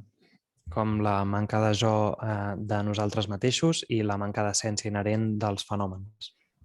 And then the wisdom will be refined through dispelling misconceptions, and for that we need reasonings. I llavors la saviesa quedarà refinada quan apartarem o dissoldrem les visions incorrectes, i per això necessitem el raonament. And then the last part of the wisdom chapter is that Shantideva is talking about the two main benefits of realizing emptiness. I llavors l'última part d'aquest capítol és quan Shantideva parla de les dues maneres principals d'adonar-se de la manca d'essència o d'existència inherent. And maybe that should always be explained actually in the beginning of the chapter 9, but doesn't matter. So the first benefit is that we don't have any dualistic mind anymore. Therefore, we don't have attachment to some things, and therefore no aversion to other things. And therefore, we are free of the 8 worldly dharmas. Potser això s'hauria d'explicar al començament del capítol, però de totes maneres, aquí parla del primer benefici, que és que ja no tenim una ment dualista i, per tant, no tenim aferrament cap a algunes coses i aversió cap a algunes altres, i per tant estem lliures dels 8 dharmes mundans. And then the second benefit of wisdom is that we have effortlessly, we have unconditioned great compassion. I el segon benefici és que sense esforç tenim una gran compassió incondicionada. So that is quite cool. Like if we are free of the 8 worldly dharmas, we are sort of free of suffering, we are free of samsara. And because of this effortless, unconditioned compassion, we free others from samsara. So that is the benefit of wisdom. So that is what we want. I això en realitat és molt guai, diu, perquè si estem lliures dels 8 dharmes mundans, estem lliures del patiment de samsara, i gràcies a això, a través d'aquesta compassió incondicionada, podem beneficiar els altres. I aquest és el benefici de la saviesa, i això és el que volem. And then chapter 10, the last one, but really not the least one, there's so much teaching in that, is the chapter on dedication. I el capítol 10, que és l'últim, però realment no és menys important, perquè hi ha moltíssimes ensenyances al respecte, és el capítol de la dedicació. And so first we dedicate our virtue in order to bring happiness and benefit for all sentient beings. I primer dediquem la nostra virtut per portar la felicitat i el benefici a tots els éssers. And then, we contemplate really like in detail about general suffering of sentient beings, but also then very detailed, in what realm, what suffering is happening.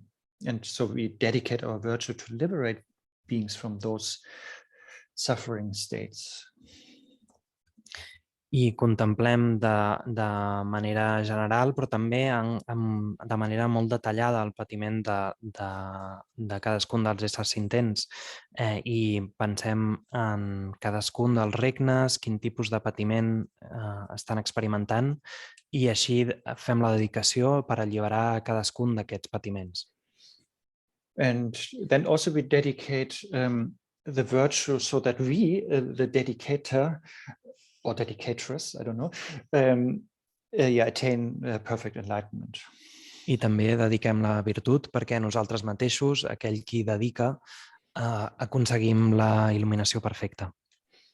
So that is sort of the first part of the dedication, where we dedicate our virtue for these goals, and for others, and then secondly, that we dedicate it so that we can ourselves attain Buddhahood, and by that perform enlightened activities again for others, of course.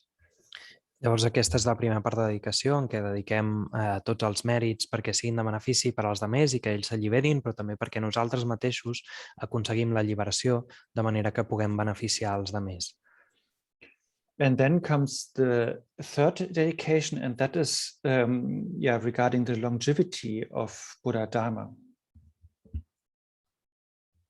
Llavors ve la tercera dedicació, que té a veure amb el fet de la longevitat del Buddha Dharma. And so we wish that the Dharma is preserved and that the Dharma is propagated, and yeah, has really a long life, as long as being is needed. En què volem que el Bodhidharma es preservi i que sigui propagat i per tant que es propagui i per tant desitgem una llarga vida al Dharma.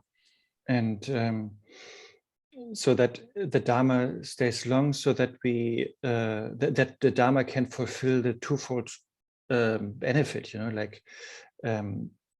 like liberating others and ourselves, like temporarily and long-termly.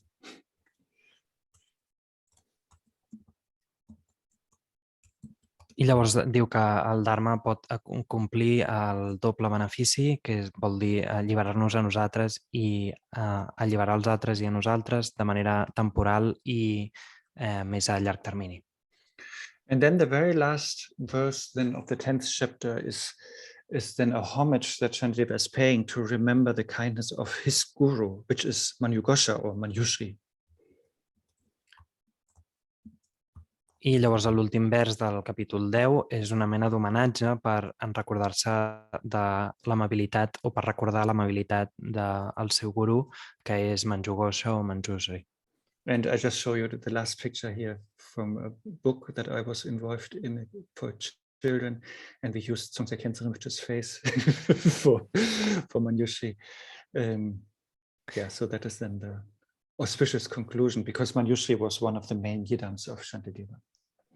I diu que ara ens ensenya una pàgina d'un llibre en el que va col·laborar, en què es veu la imatge de Manjushri amb la cara de Tsongtse Khyentse Rinpoche, i diu que potser, això en el text és una conclusió auspiciosa perquè Manjushri era un dels yidams principals de Shantideva. And that's it. I això és tot. Any questions? Alguna pregunta?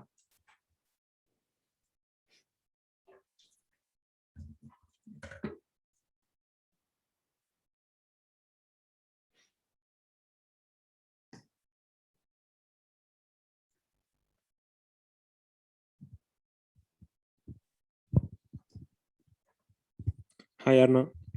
Thank you for the teachings. Sí. Tinc una pregunta que és del primer dia, que és com parlava sobre aspirar, i tenia el dubte de que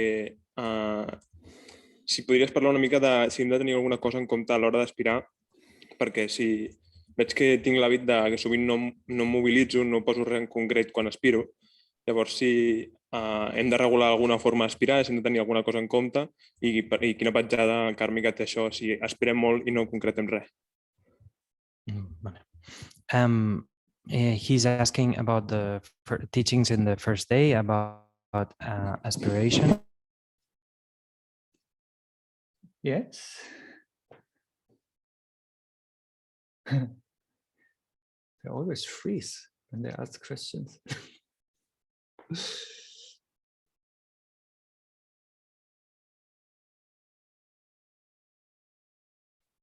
Mm-hmm.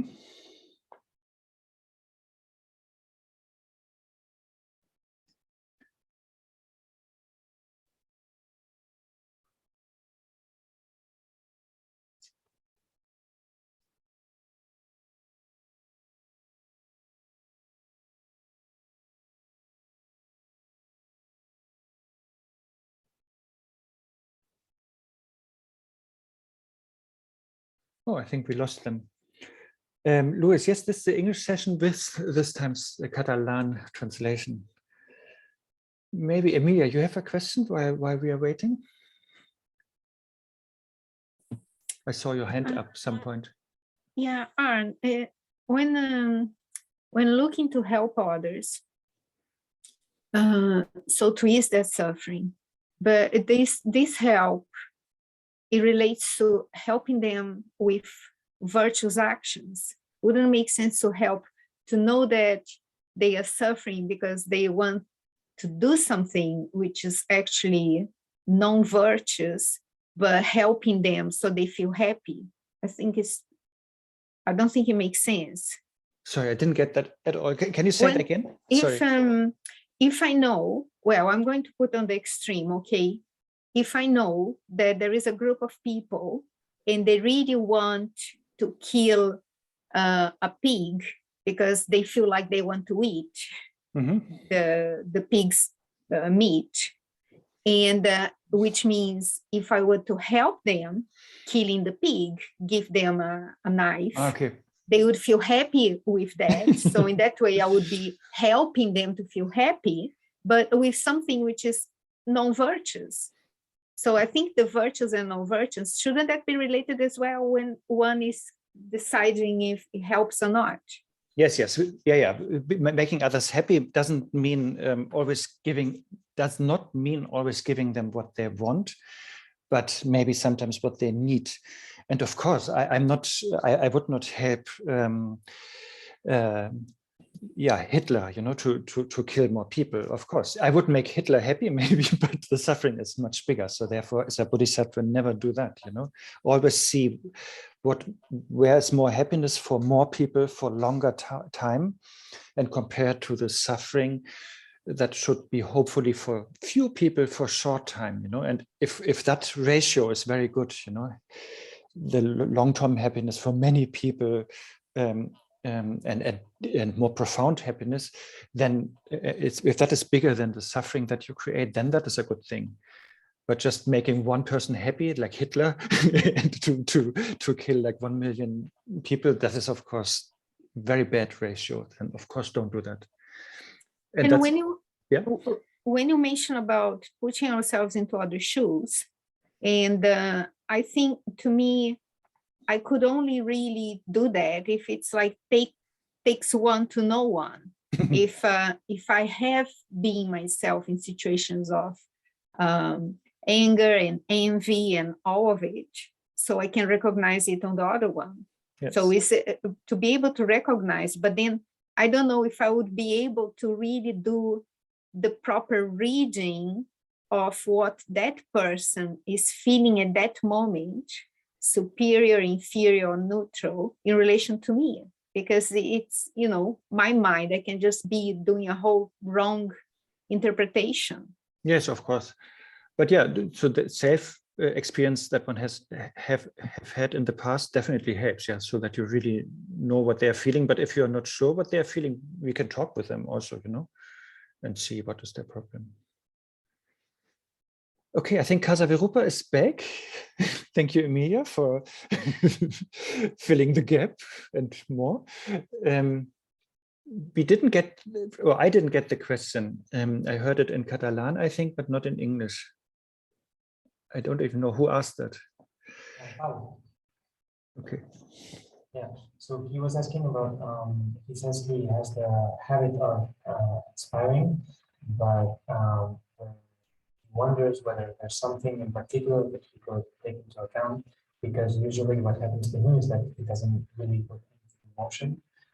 So he's wondering what karmic impact does it have to aspire, but then not really do anything afterwards, not make it like a complete action.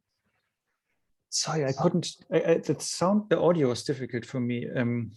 It was not so clear as before. Raphael, did you get it? Can you say it? Maybe no. Because I thought you could have understood this Catalan already. You could write it, or you could try again, because your voice is really a little bit distorted. He will ask it when you come in March. Yeah, that's okay. I don't even understand that. I can try, Arne, I remember vaguely the question of Pau, so maybe it's not, he will ask when you come in May, okay. Maybe that's better. Are you sure? Let's try, Raphael. What did you understand so far? If I remember correctly, Pau was talking about aspiration and how he tries to aspire, but sometimes is not so focused on the object of aspiration. So I think he was talking about whether there is, what is the karmic imprint of aspiring without having a clear object, or yeah, what, without a clear focus. What? yeah, how to properly aspire, let's say. I think, and Jana was helping me complete the question. Okay, if that is the question, but yes, as somebody wrote, we can discuss that also in person in May.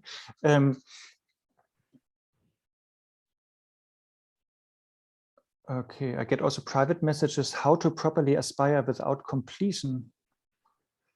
Okay, now I'm getting mixed messages. So, yes, yeah, so I don't know really what to answer because I don't really get the question, but maybe you can hear me better now. No? yeah, maybe we do it then, but the motivation, I mean, all the four immeasurables is a good motivation training. And yeah, if we contemplate on cause and effect and that everybody wants to be free of suffering and we want to develop happiness in the world, that is definitely what then strengthens our bodhichitta motivation to work for all sentient beings. Si volem, no sé, si volem estar feliços al món, això és el que realment fa forta la nostra bodhichitta i les nostres ganes de beneficiar tots els éssers intents. Now I could hear you very well, Oscar. Oh, that's good news. Can you try again the question? Yeah, okay. So he was wondering whether there's something that he could take into account, because one of his doubts is that it often happens to him that he aspires, but he doesn't actually do anything afterwards. Okay. He doesn't make it concrete. So he's wondering what is the karmic impact of that. Oh, that is sweet. I mean, the motivation is super important. So I'm rejoicing that he has already that aspiration and motivation. Yes, that is definitely good. I diu que la motivació és superimportant, llavors que s'engauva de que hi hagi aquesta bona motivació i aquesta aspiració, això està molt bé. But as Shantideva said in the first chapter, you know, we have to have both types of bodhicitta, like the aspiration and then the application. Com ha dit Shantideva en el primer capítol, hem de tenir els dos tipus de bodhicitta, la d'aspiració i la que s'endinsa.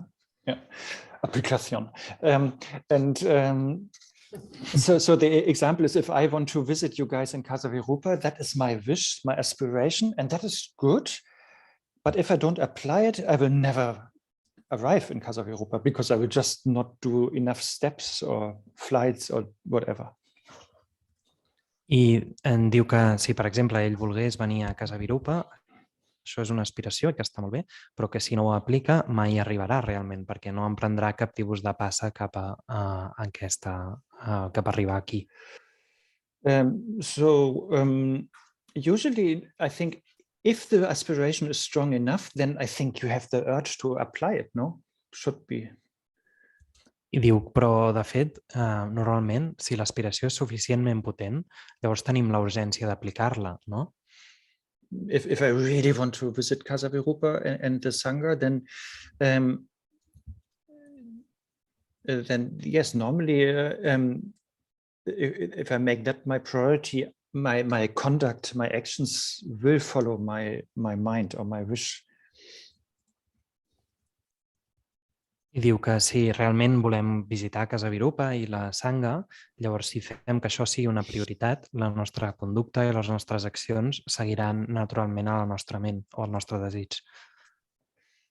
But nevertheless, that was not so much the question, but the question was more, yeah, if we have that aspiration, but then don't act, what does that mean karmically? Karmically, yeah, if we look into Abhidharma Kosha, you know, then we have like four factors that are important to make a karma complete. Llavors, de totes maneres, això potser no tenia tant a veure amb la pregunta, sinó que la pregunta potser anava més cap a preguntar si tenim una aspiració però no actuem respecte a aquesta aspiració, què vol dir això de manera kàrmica? Llavors, si mirem a l'Abhidharma Kosha, veiem que hi ha 4 factors que fan que un karma sigui complet. And motivation is definitely the biggest thing, but then other things are also important to make it complete. I llavors la motivació és potser el factor més important, però també hi ha altres factors que ajuden a que sigui un karma complet. You talked about it yesterday, like in the verses 40 to 50 or something in chapter 7. So motivation is the first thing, and then the action itself is of course important to do. Llavors, potser ho vam parlar ahir, potser en els versos 40-50 del capítol 7, la motivació és important, però també llavors el tipus d'acció que estem duent a terme. And then on top of that, we need somebody who we are doing it to, like either we beat somebody or we kiss somebody or we give a present to somebody. So there needs to be somebody. I llavors, a part d'això, també ha d'haver-hi algú a qui li fem això, algú a qui paguem o algú a qui li fem un petó o algú a qui fem un regal. Ha d'haver-hi algú altre. And so that was number 3. And then number 4 is, the feeling afterwards, if we regret or rejoice what we have done. I aquesta era la número 3. I la quarta és el sentiment que ens queda després, si ens en penedim o si ens en gaudem. So therefore, karmically speaking, if I have all 4, like I wish to make Oscar a coffee, and I make the coffee and Oscar gets the coffee and drinking the coffee and I rejoice afterwards, then the positive karma is complete. Great positive karma imprinted. I diu, llavors, kàrmicament, si parlem en termes de kàrmics, si tenim aquests 4 factors, per exemple, desitgem fer-li un cafè a l'Òscar, fem el cafè, ell se'l veu i hi ha un sentiment positiu després, queda tot complet. Això és un bon karma positiu. But if I only wish to give an avocado to Berta, she will, that's it, and I don't do more. That is karmically is like, it's like, of course, not complete, but it leaves a positive imprint because I have the good motivation, but still it's far away from being a complete good karma. Però al revés, en un altre exemple, si simplement vull donar-li un albocat a la Berta, ella potser diu, i això és tot, i llavors kàrmicament no està complet. Hi ha una empremta positiva perquè hi ha una motivació, una bona motivació, però està lluny d'estar completa aquesta acció i que quedi tot com un karma positiu. And that is only both cases just only for my sake, how my karma is accumulated, how complete or not. But then, of course, it makes a big difference. Oscar is getting the coffee and enjoying it. So let's say I make him happy. And Berta, I leave starving. So therefore, like that is a big difference, how other people are benefited from my motivation or not. And I think if we focus more on how it is for other people, then maybe it helps us to do the actions also. I llavors en els dos casos, però això ho estem pensant en termes del que és per nosaltres mateixos, si és un karma que ha quedat complet o no per nosaltres mateixos. Però en aquests exemples que estava dient, l'Òscar té un cafè i està content, però a la Berta deixo que mori de gana. Llavors això és una gran diferència. És a dir, veure com els altres se'n poden beneficiar veus la diferència entre una cosa i l'altra. I si ens enfoquem més en això, potser ens ajuda això a dur a terme l'acció. Yeah, but that will really come also a little bit in the 9th chapter. So let's discuss more about that in person. Però això també apareixerà més en el capítol 9, així que parlem-ne més quan estigui allà en persona. Because we have sort of exactly 7:00 p.m. Perquè més o menys són exactament les 7:00 de la tarda. In Central Europe, let's say. A Europa Central, diguem. So therefore, I think I should let you go, guys, everyone. And maybe we dedicate a little bit. Because, that is the 10th chapter also. And that is definitely a generosity, referring now to Emilia's thing. Maybe we should not give a knife to a murderer, but if we give merit to all sentient beings, that is definitely good. I Diu que ara el que farem potser és simplement fer una petita dedicació i que en aquest cas la generositat, en termes del que parlava la Emília, no és donar un ganivet a un assassí, sinó que són mèrits dels éssers intents, així que això és, sens dubte, una cosa positiva. So, let's do it. By this merit, having attained omniscience and defeated the enemy of wrongdoing, may I free all beings from the ocean of existence with its tumultuous waves of birth, old age, sickness, and death. Just as the heroic Manjushri who knows everything as it is, and as Shantideva likewise did too, just so to follow all of them and train myself, I perfectly dedicate these meritorious actions. May the precious supreme bodhichitta arise in those in whom it has not arisen. Having arisen, may it not diminish, but ever expand more and more. As long as space remains, and as long as the world remains, may I too remain to elevate the suffering of the world. This is from the 10th chapter, by the way. May I, in each and every lifetime, carry the weight of Buddha Shakyamuni's teachings. And if I cannot bear that weight, at the very least, may be born with the burden of thinking that the Buddha Dharma could reign. Thank you very much, Arne, and very looking forward to meeting you here. So please don't be late. It's in May.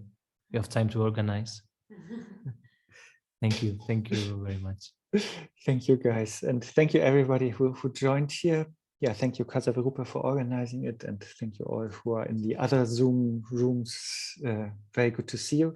The only pity is that I couldn't see like those in Kasavirupa like properly because you are hiding in the dark. Yes. But I can. So sorry. No, don't worry. It was nice to see you as a group also. So thank you for that. Yes. Just the last thing.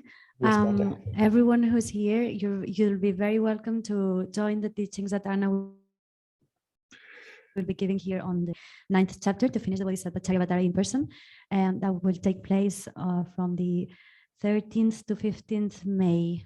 And it will be spring here, so everything will be precious. You will all be very welcome if you want to join. Thank you, Arne. And it will also be streamed, I think. Yeah, and thank you, Berta and Oscar for translating. And yes, see you all. Take care. Be happy and healthy. Yes, same. Thank you. Bye-bye.